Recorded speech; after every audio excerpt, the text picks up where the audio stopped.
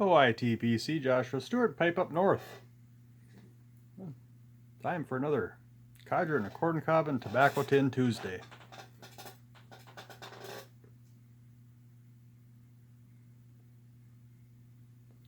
We'll start out right away. A codger, Captain Black Royal. I'd have to say this is one of my favorite as far as codger drugstore blends that are still available.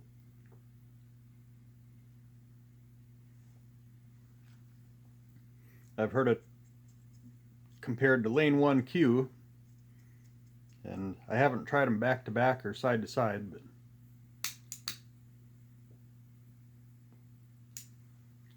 just going off memory, I'd have to say there is some similarities.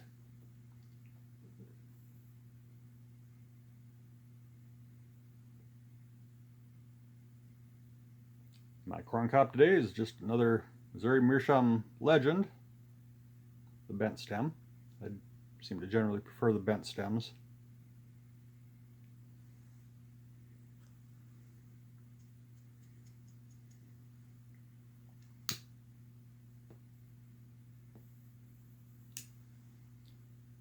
Usually this Captain Black Royal stays lit pretty well for me, but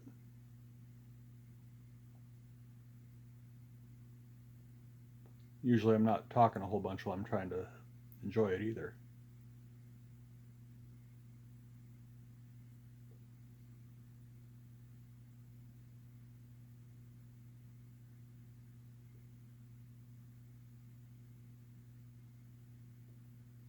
Now we'll get right into it with our tobacco tin. As many of you remember, well, if you're new here, my mother has been collecting tobacco tins as long as I can remember, probably since the 70s, if not earlier. Although she never smoked, old tobacco tins are kind of cool. So when she moved, she gave me her collection of several dozen tins. Some of them are pretty old and pretty neat. And today we're gonna go with a George Washington cut plug. I'm actually showing you the back of the tin because the front has a little bit of damage. That damage doesn't actually look terribly old. It may have happened during transport, but the artwork on the back is the same as the front, so that's what we'll show.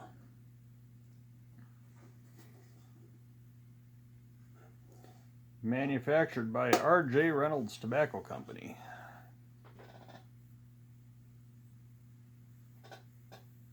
Got a little bit of a remnant of the tax stamp there. As far as age of this, hard to say. It could easily be 100 years old, maybe less, maybe more. Did my obligatory 5 minutes of research on George Washington cut plug, or at least George Washington tobacco, before I started recording.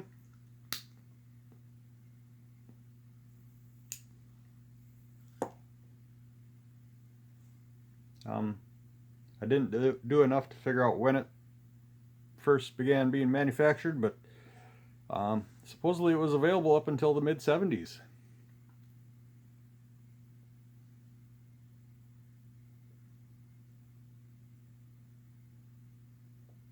And there are a couple of reviews of it on Tobacco Reviews. As always, everybody always likes to quote the Jim Inks, and he said that it's got some similarities to Carter Hall.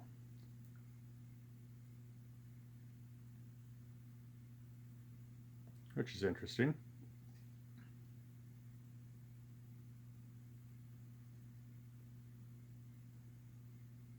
Now, I don't know if his review was based totally off of memory or if he's been keeping records that long of his impressions.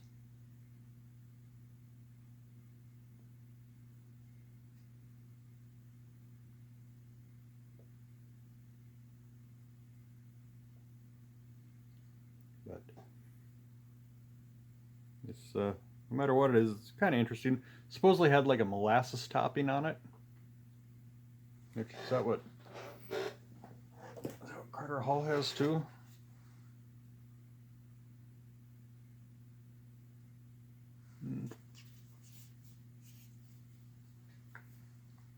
Doesn't say on the can. But so yeah, I don't know what side. One thing I've noticed with these old tins is they typically don't say how much is in there, so they could have put a 1 ounce cut plug. So does that mean it's from the big slab cut into a plug, or they took a plug and cut it up into slices? I don't know. You see that on a lot of old tins, cut plug. So I don't know if this is what they considered the lunchbox style. So it's pretty decent shape inside, not terribly rusty. Definitely dirty, but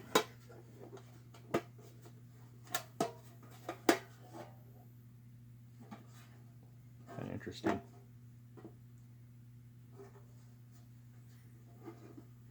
So that'll be another nice one for the shelf back there someplace. Figure out where it goes. This is not staying lit too well, or maybe I'm getting used to the Carter Hall that you can set it down for like a minute and take it back up and it's still going.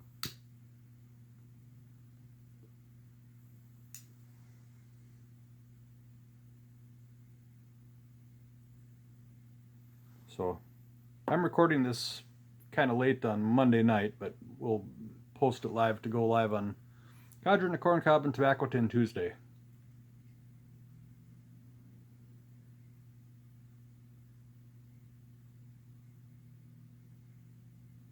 I did go up north on Saturday and recorded a video up there, but I've due to some of the things that happened last weekend, which I'll probably address here shortly,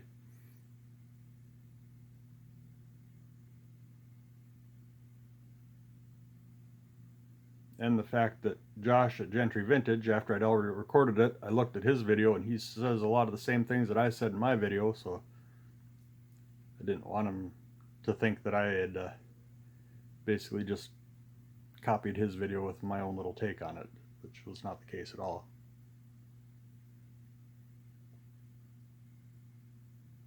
So I'll maybe wait a few days and put it up.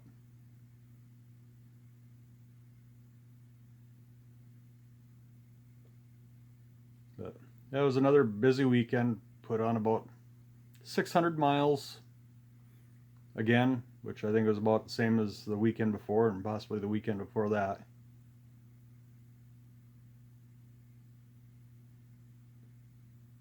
Because on Friday, I had to take the day off of work. It was my aunt's funeral. I'd mentioned a while back that she had passed away. And for a funeral, it was a pretty happy event, I guess you could say. A lot of reminiscing and laughing, and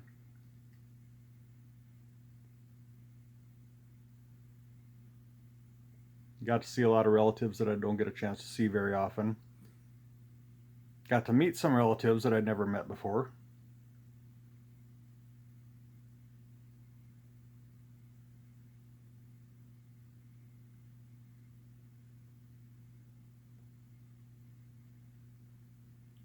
And after the funeral, or as my aunt requested it be called, a celebration of life, went back to, or then we did the graveside service, and just spent a little time walking around the cemetery because I've got a lot of relatives that are buried in that particular cemetery.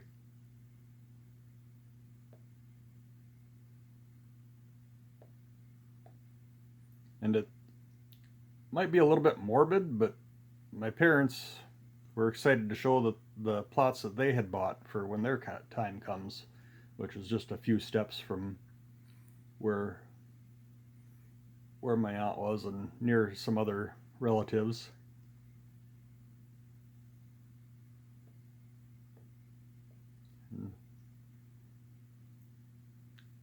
And we went other parts of the cemetery and saw other headstones from other family members.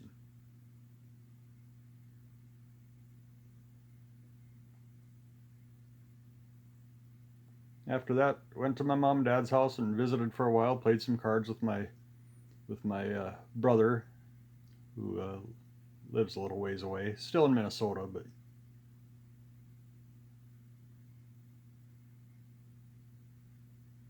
he lives near Iowa, which is extreme southern Minnesota, and I'm definitely a little further north than that.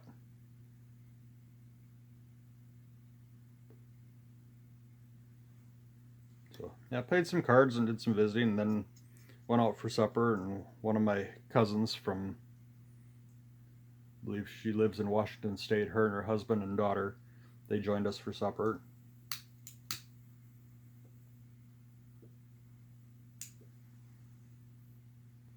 Enjoyed a good meal and some conversation and some laughs. And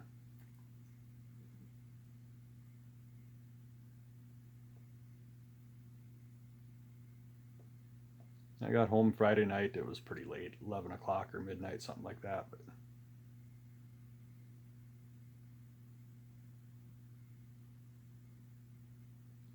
then Saturday morning, got up. I wouldn't say early, but earlier than usual for me.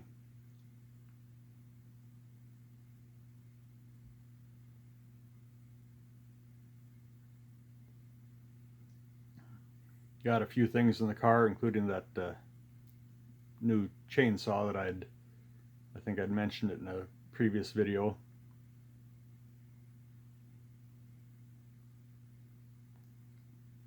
I was excited to try the chainsaw mill attachment I got with it, or I got for it with it, whatever.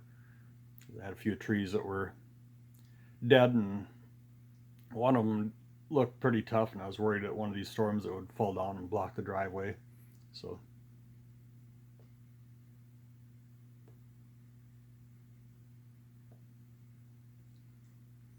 and got that one. That one wasn't good enough to make any lumber out of, so I just cut it up into firewood, which it's not going to make very good firewood either, but I guess whatever.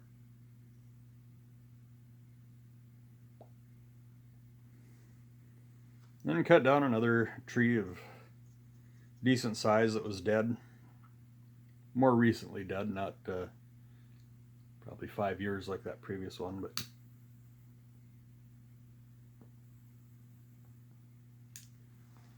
it was about big enough that I could get some lumber out of it.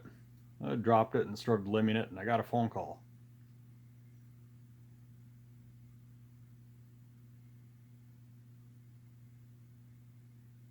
It was my wife.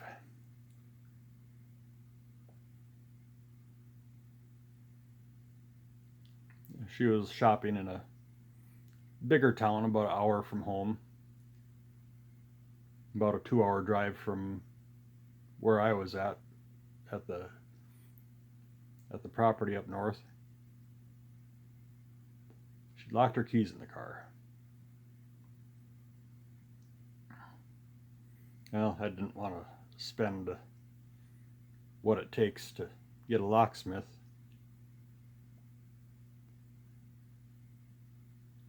Maybe if Pipe Man 1861 lived in town, he'd have done a favor for me, but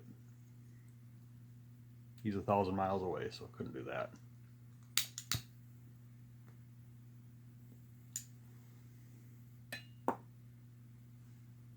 So I told her, well, give me a half hour, 45 minutes to get this tree off the driveway, and it was probably an hour out of my way on the ride home where she was at.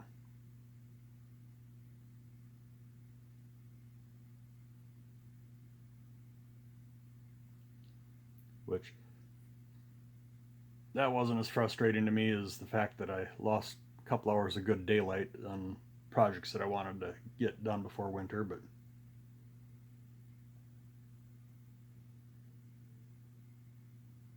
well, I'll get more time as this fall, hopefully, to get up there before we get some heavy snow.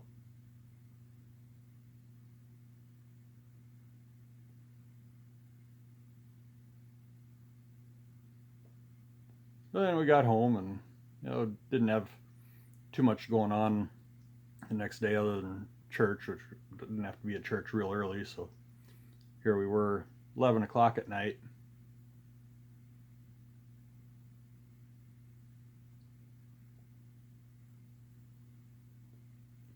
And kids decide they want to carve their pumpkins.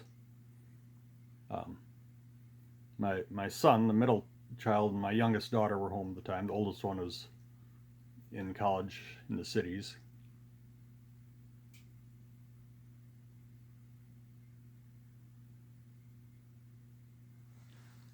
And,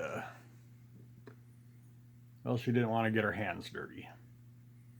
So she came out to the shop here to get some of those, the vinyl or latex gloves or whatever. I use them for when I'm doing mechanic work sometimes to, keep my precious hands clean.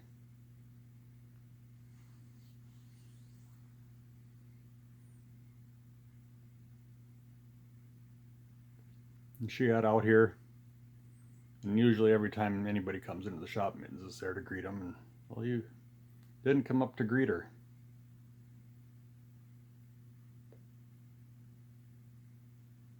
He was laying down on the floor, and she goes up to him, and all of a sudden she's running the house, and Mittens isn't breathing.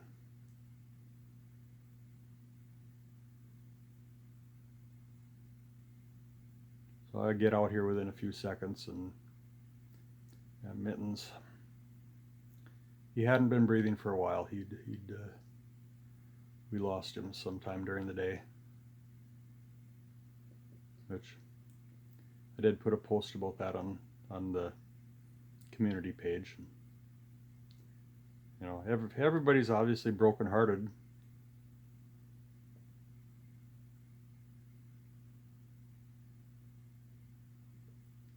The hardest thing for me is seeing how my kids are reacting, because my son, he was kind of the main caretaker for Mittens ever since we got him as I wouldn't say he was a kitten, because he was nearly full grown when we got him, but he'd been the primary caretaker, giving him food and water every day, and cleaning out his litter box as needed. And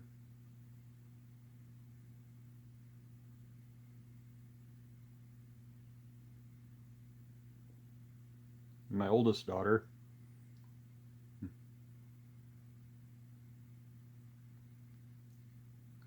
we didn't tell her until Sunday afternoon, because she was at a friend's house or apartment for a Halloween party, and we didn't want to ruin her party.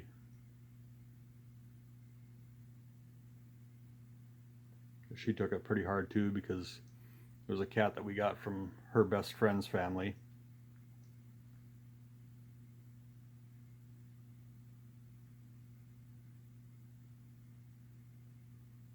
And it's kind of hard too, because Saturday morning when I left, he was normal Mittens,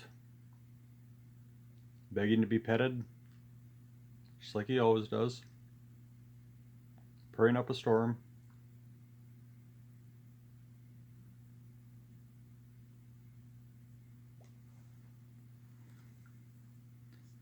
So, so not really sure what happened, because he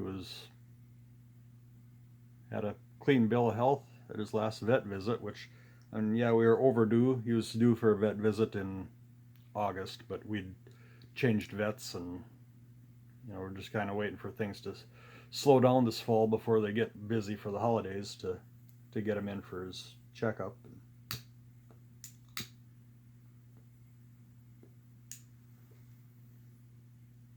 I say no idea what actually happened, if he had a heart attack or stroke, or possibility it could have been an accident, because near where we found him, we got like 10-foot ceilings in the garage here, and he's got a cat tower over there that goes up about 8 feet, and no one. I think I was in here for just a quick pipe on Friday night after I got home, and he was zipping up and down his cat tower like a kitten almost. And if there's a possibility that maybe he lost his grip or balance or something and fell and had a fatal injury, I mean, who knows? I mean,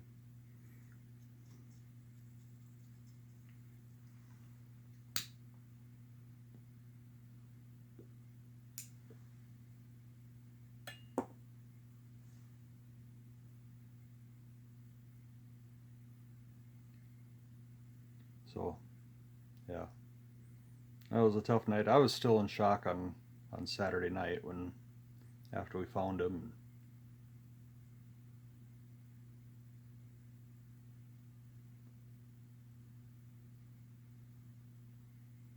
And of course, on Sunday after we got home from church, we called my oldest daughter, and she didn't take it very well.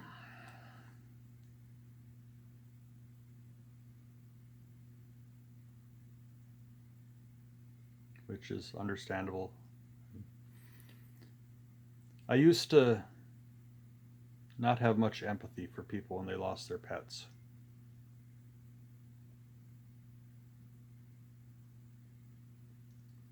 Mainly because I had never lost a pet as an adult.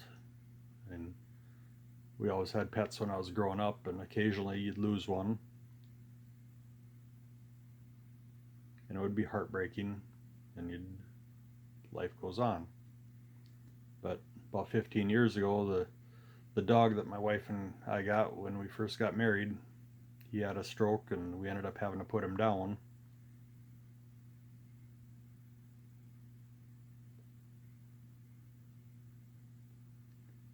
And that was the day that I got a lot more empathy for people when they lose their pets, and I know how heartbreaking it can be.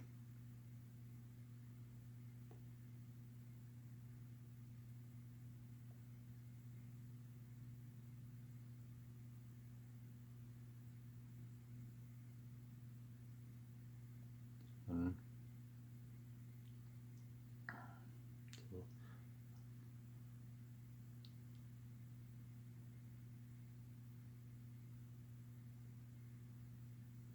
so yeah, so on Saturday, say the wife locked her keys in the car.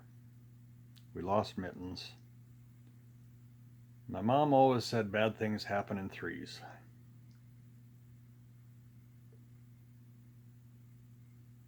I'd thought my aunt's funeral was the first thing of the three, even though it was kind of more of a celebration.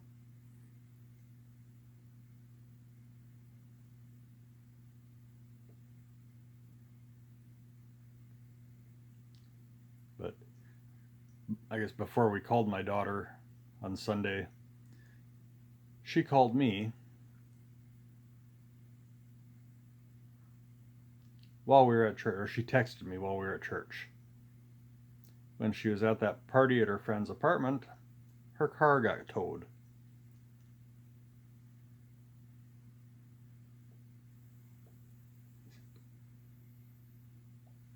So, and apparently her friend who lives at the apartment said that she could park there, but obviously she couldn't because it got towed.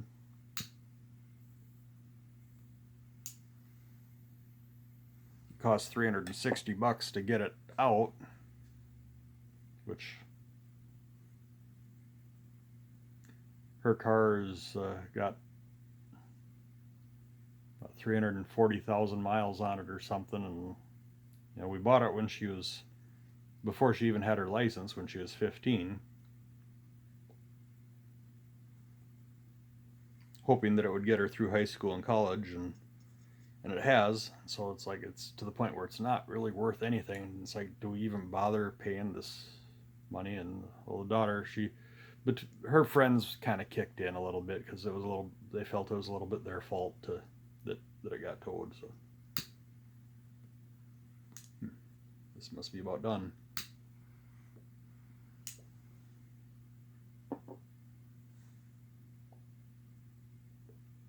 But they needed proof of ownership before they would release it.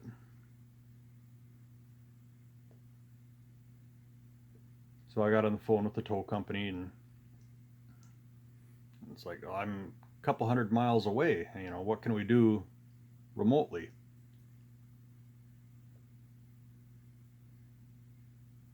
So I came up with the I could take a picture of the title and my driver's license and see that they match, and then I wrote a note authorizing my daughter to take possession of it because the title is in my name.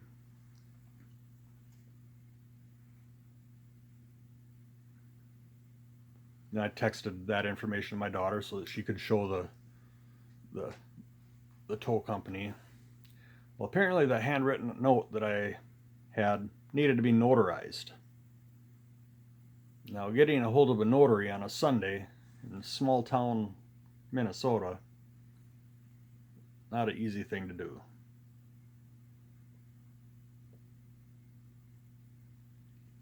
And I guess the person that was working the desk said, well, UPS stores have notaries. The nearest UPS store to us is over 50 miles away.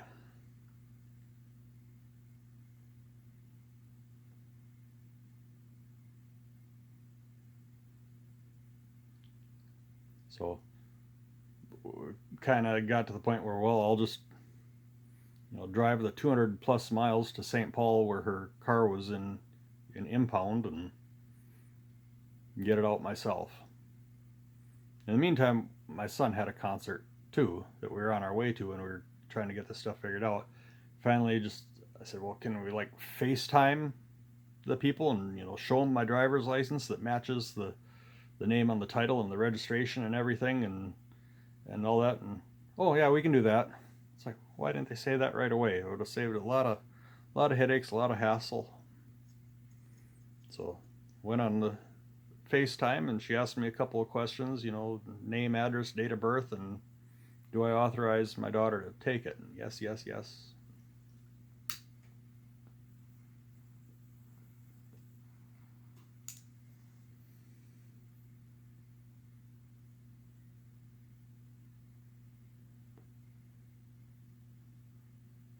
So running long, but yeah, in summary, it was one of the toughest weekends I've had in a while.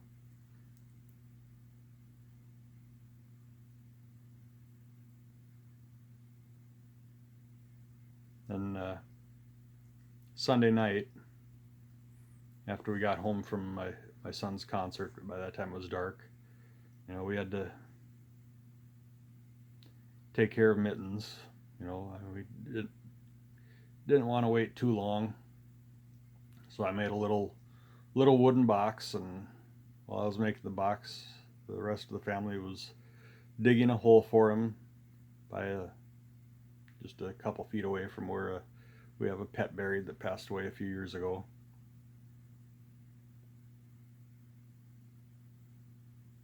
Like I said, my son, he's been taking it very hard, and he's going to college with intent on being a art therapist, which he's a very talented artist too.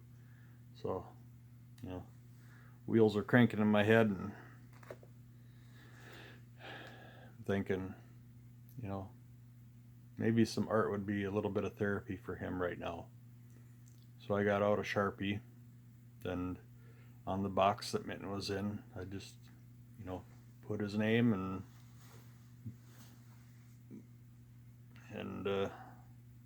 start and end dates, I guess you could say. And I told him that, there's a Sharpie there if you want to draw something on there for him, go ahead. So he did, and I'll just show you.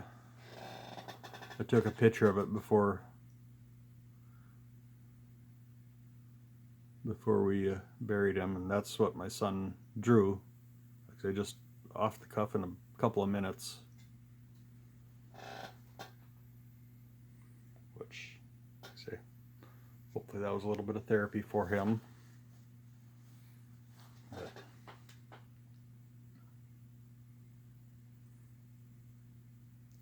so yeah, one of those weekends. So I'll hopefully get that video from up north posted sometime the next week or so, and hopefully it'll be a little bit more cheerful for the next one. And thank you, Ethan Parsimonious Piper, for giving the shout out on your Piper's Care video. Appreciate that. Appreciate the prayers for, especially for my kids, because they're, you know, I love Mittens too, but the kids are taking it pretty hard, and it's a little tough coming out here into the shop. I've always expected Mittens to be right there at the door when I come in, and it's a little weird when he's not there. But